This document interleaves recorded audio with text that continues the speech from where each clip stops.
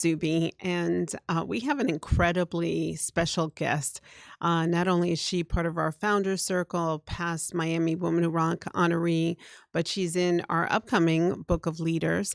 I'm very proud to welcome also just really good friend of mine, Renee Lopez-Cantera. She is the Senior Vice President of EKN Solutions and a digital strategist that is like beyond fabulous. I've learned so much. I got to hear her speak recently, and it was like a whole new world of digital strategy that I didn't even know about, and I thought I knew a lot. So, welcome to the show, Renee. So happy to have you. Thank you so much, Emily. I'm so happy to be here. And of course, it's great to be with Spotlight TV and community newspapers. I really appreciate being part of this women's group and the CEO circle and all of these empowering groups because as a woman leader, so many years in the industry, we really have a chance to see people grow and learn and just feed off the energy of other amazing leaders in our community. So I'm really happy to be here. Thank you. And you're brilliant. I Oh, mean, thank you. I'm so glad that I recently had the pleasure of hearing you speak because the whole world of digital strategy it's constantly evolving. And you've been in it 25 years, so you've seen those changes. Let's hear about your story and your journey. Well, it's interesting when you put it in perspective time-wise. I got my MBA here at University of Miami, and I studied business, finance, and marketing. And of course, I always was interested in everything web, but it wasn't even until the 2000s that it really started, heating up. And I actually had a .com. I had a gift basket company online selling flowers. I saw Martha Stewart, was going online. I said, oh, what about like promotional products? So kind of got into that right after my MBA. But put it in perspective, the iPhone wasn't even invented to 2007. So I had to learn everything on the fly, which I think makes it even more entrepreneurial being in this field because there's so much new technology coming out. And it's less about knowing so much detail about the product. It's about kind of having the mindset of growth and what's available, which I see you do so much of. I mean, I say I'm less on the fun side of marketing. I'm not producing cool videos and things a lot with that kind of creativity, but really knowing the audience, knowing how to do conversions for my clients and really kind of looking at their business and helping them grow. It's interesting. I did one of those seminars with Simon Sinek a while back, and it was interesting. It kind of comes up with what's your why, and I figured out my why is helping people grow, and I also apply that to business, helping businesses grow. So I get all my joy out of seeing my clients and our team make things happen for our clients, which are mostly in the advertising and PR space because it's highly technical, the kind of targeting that we do. So I love working with different teams. It's I fun. I Mm. love that, and Yeah. I didn't know about the basket company, but I learn something new about you every day. So, let's talk more about that experience with the agencies, and Mhm. how do you educate others? Because I imagine that nowadays there's a very wide scope of experience level and knowledge of what you do, and what I love, I love so many things about you, but Thank the you. one thing I know that you're really good at is be able to gauge the experience level and customize how you approach the subject because it can be highly technical. Well, it's interesting actually that you bring that up because I have all different kind of clients. I'd say maybe 70 to 80% are advertising and PR agencies, which they're great so much on the branding and the relationship marketing. But sometimes for these technical teams, you have to have at least 10 people.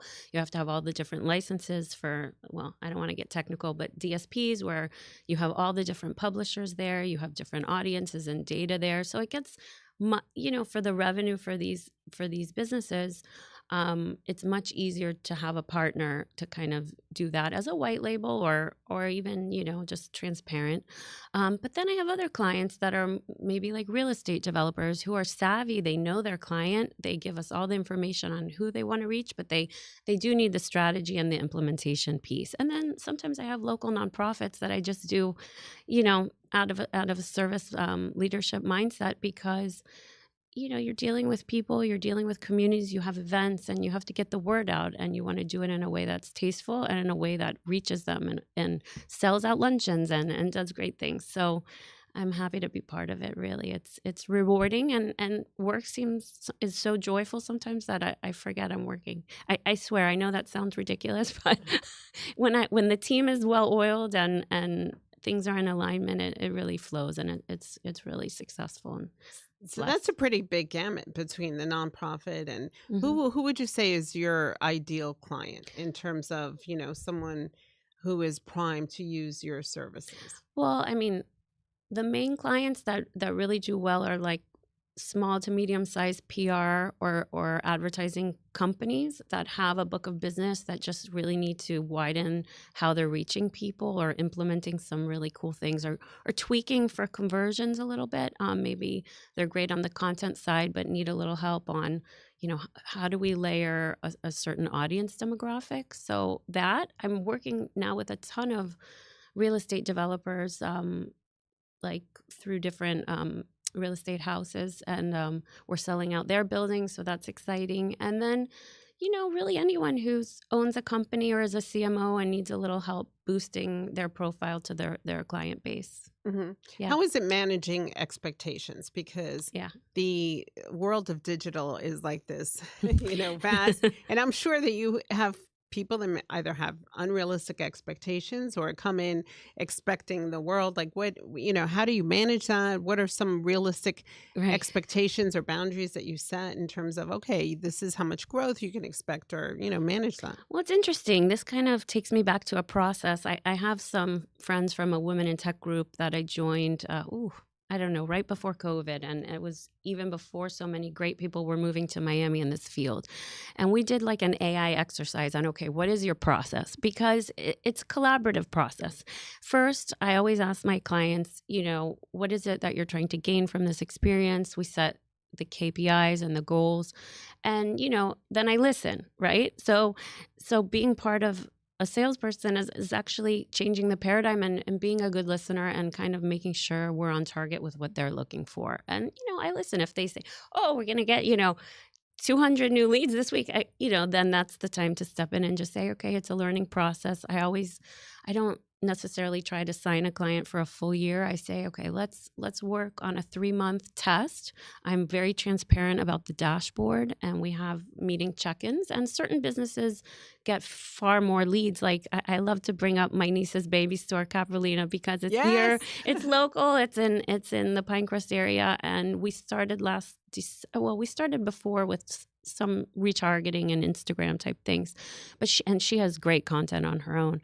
But we do paid Instagram ads and retargeting and audience layering, and she has grown her subscriber base since that December almost by 100,000 Instagram followers. Granted, Amazing. the content and reels are incredible, but that's beyond my expectations. So sometimes they do better than expected. So it really depends on the type of product. Is it a lower cost product? Meaning, is it between $200 or $300 that people in the community can order, or is it a high ticket item like a 2 million or $5 million condo? Then it's just different expectations. I love that. And Hmm. you mentioned the dashboard. When I heard you speak, I was so impressed with the transparency Hmm. of your Hmm. business and, the idea that you can really see and, and make it clear what the results are. Talk a little bit about that dashboard because I was impressed with that. I love it. And, for our partners, like the agencies, they love it too because they can pull reports and see in real time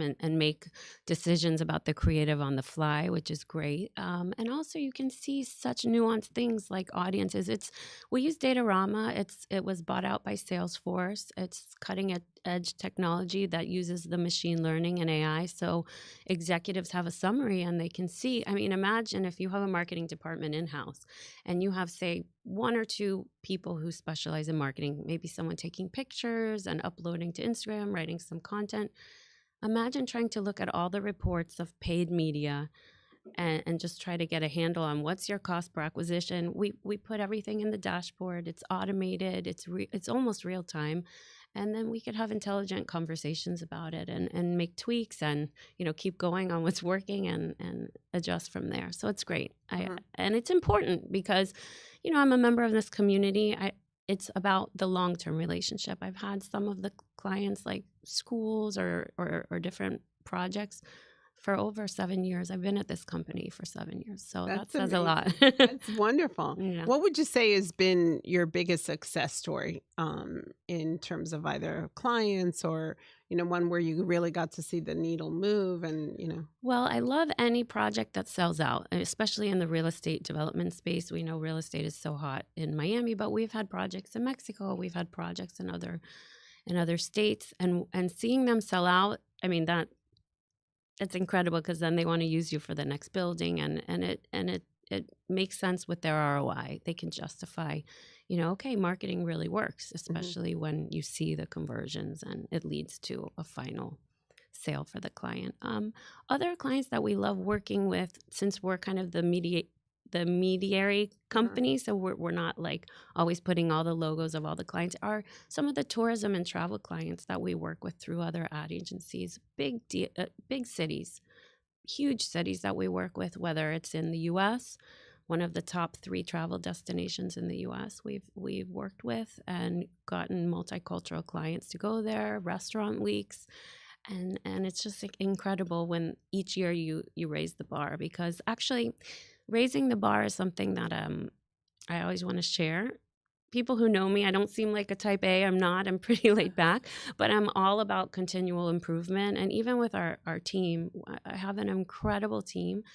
We're a diverse team, mostly actually Hispanic women on the team. And I love having women in technology. So that's exciting, but always about how can we do better for our clients? How can we show them, that their campaign is really working and make it easy for them to understand. So, That's yeah. incredible, and you're such an amazing leader, when it comes to leadership. I mean, you were one of the pillars of our Oh, community, thank you. and I want to talk about that leadership because you were involved in so many organizations. I don't know how you do it.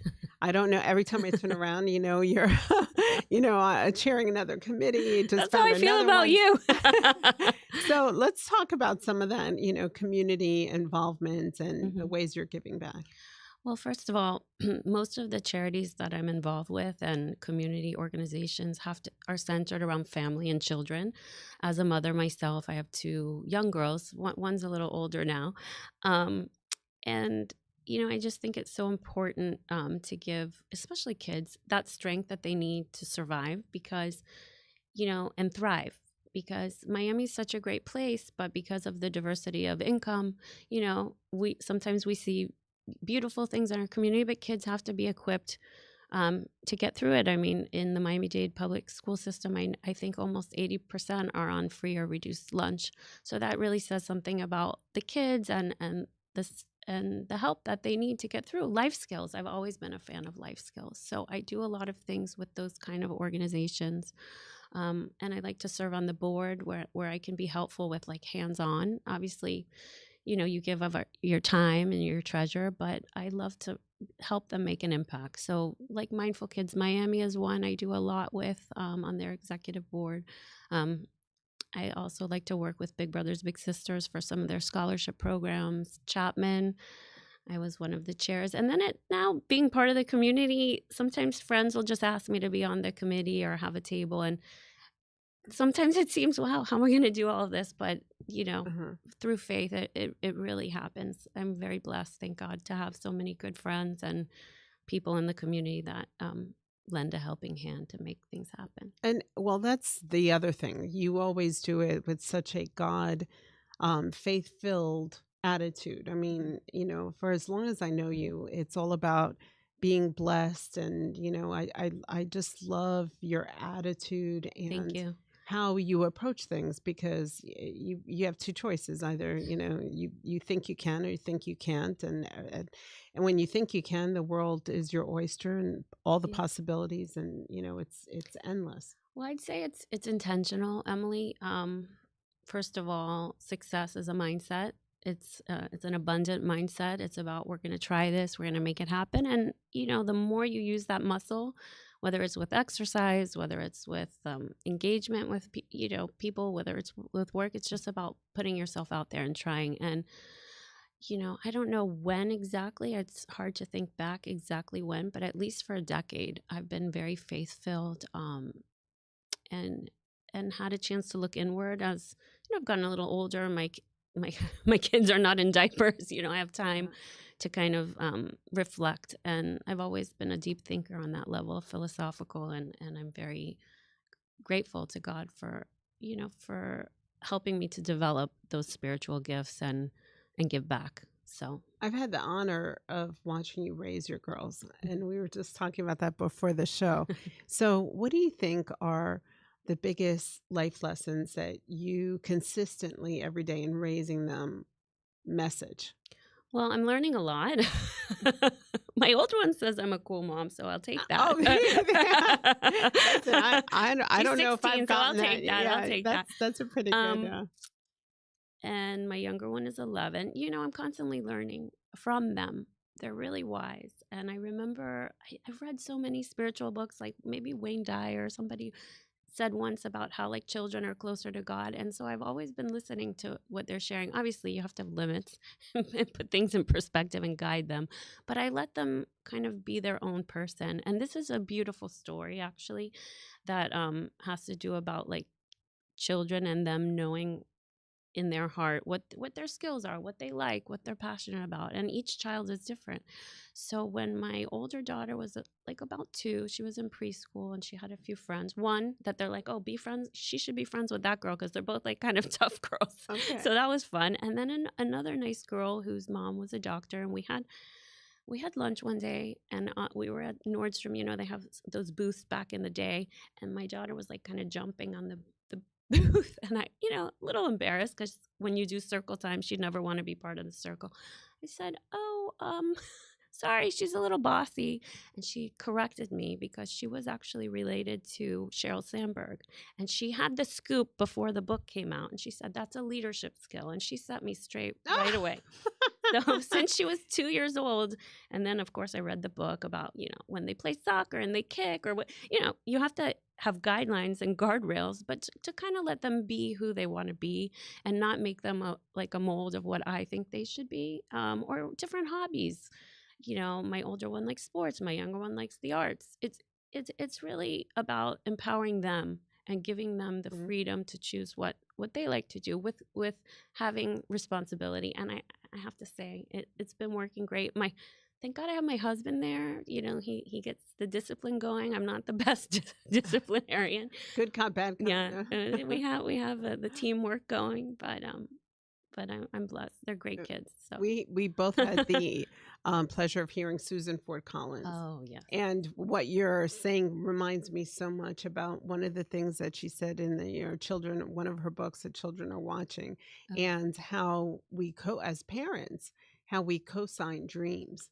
oh, beautiful. And I like that terminology, in that, sometimes being able to elevate our children and really inspire them, let them aspire to what they want and be able to give that wings Sure. is so beautiful. And to give them that vision and that space to rise to the occasion instead of on the negative, about on the positive side. Love it. Sometimes you're gritting through your teeth while saying it, but yeah, definitely.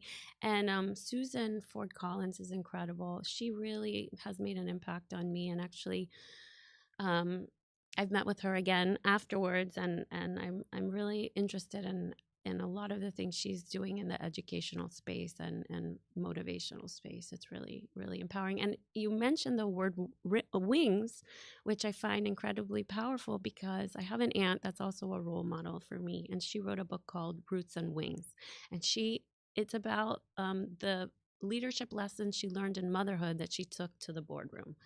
And it's pretty, Love it. and she's like one of the chair people of the Women's President organization. So I totally look up to her. And as women, obviously we're going to be powerful. We're going to do our jobs, but there is a lot of leadership in being a parent and actually having a team at home. It's amazing, and it reminds me of the discussion, our CEO circle, which we Right. just formed literally this year and Mhm. has been, I think, life changing. I know it's been life changing for me because it's gotten back to leadership and the different stages that all these women are at. Mhm. Balancing family, the boardroom, all of it. Well, Um, yeah, first of all, it's a great group. I love being a part of it and learning from other women in business and CEOs and leaders. But I was actually having this conversation at a lunch with friends just the other day, that they were saying some business groups are just about business, which is great, but as what well, any person, women or man, we're multidimensional. And I actually started coaching about over 20 years ago. I really think that that's important because it's about taking an assessment on where you are, looking at your vision, where you want to be, and how do I get there. And we started with that pie chart. I have to find a link and like drop it in the comments uh-huh. about different segments of your life. So, sometimes the business segment can be so powerful, but then certain personal parts of the pie are not as full. And that's where, like, when you get to a certain decade or approaching, you start saying, okay, what's on my bucket list? How do I shift this a little bit so it's more balanced? We're never fully balanced, but Love that's it. always a goal.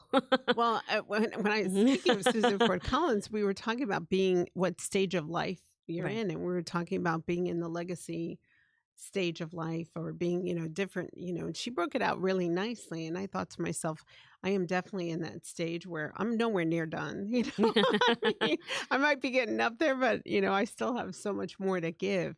But You have with more energy than almost anyone I know. You have more energy than me. When I see your reels, you're running at 5:30 in the morning. I'm like, go girl. I have a lot of energy, Yeah. and I definitely, I love life. I Yeah. mean, there's no doubt about that, and I still have so much more I want to do. But the whole idea of this leadership legacy initiative that we did with the book, I mean, it was one of those ideas that came to me like probably at 5 in the morning, where I'm like, I think this, we've been honoring people. Let's go ahead and have something that is left behind, way beyond, right? A coffee table book. I mean, it was just something that really moved my soul, and Beautiful. I wanted to Yeah. do it, and it has opened up real conversations because a lot of leaders, you think, but it isn't until you sit down, you hear their story, and see how their mind and their vision and Hmm. their heart and soul, Yeah. because that's what keeps you going. Exactly. I mean, I think since I work with a lot of people on my team in their 20s, it really shows me different stages of life and feedback and what are people's goals and kind of working together always to have a win-win. I mean, that's Uh-huh. that's the goal. You try.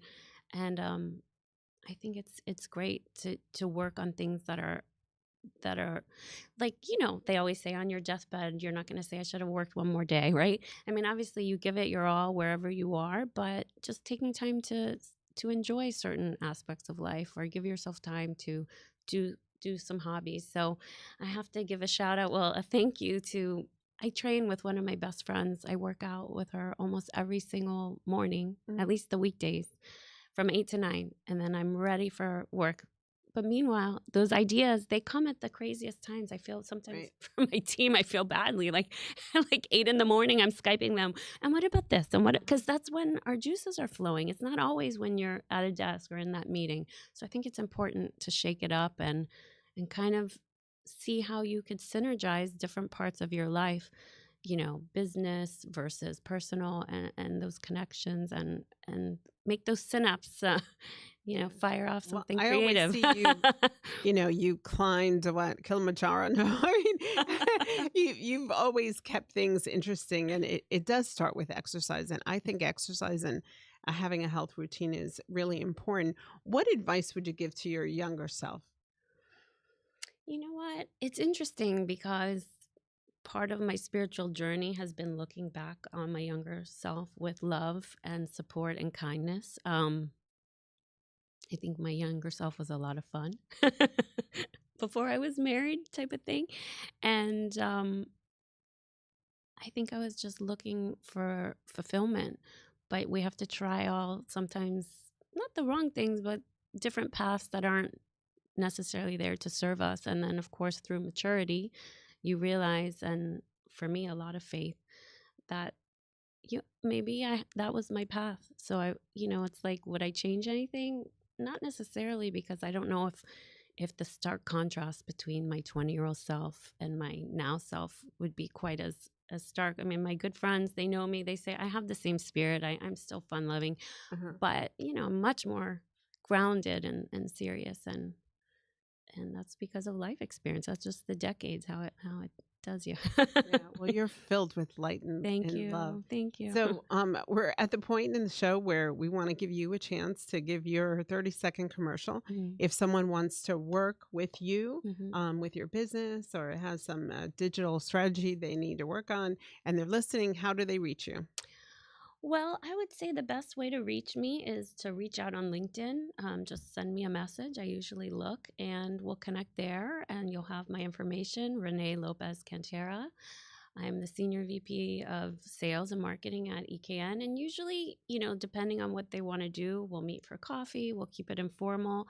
I really don't mind a 15, 30-minute Zoom or coffee, just to get to know someone and their business and what they're looking to do, and just give them some ideas to kind of take it to the next level, because even huge companies with huge revenue can improve their ROI. So I'm happy to Wonderful. work with anyone in the community that's interested. Wonderful. Well, you heard it here. Thank you so much for joining us on Spotlight. We will see you next Thursday, 10 a.m. live on Spotlight TV. Thank you to Community Newspapers for producing a show. We're very grateful, and have a great week.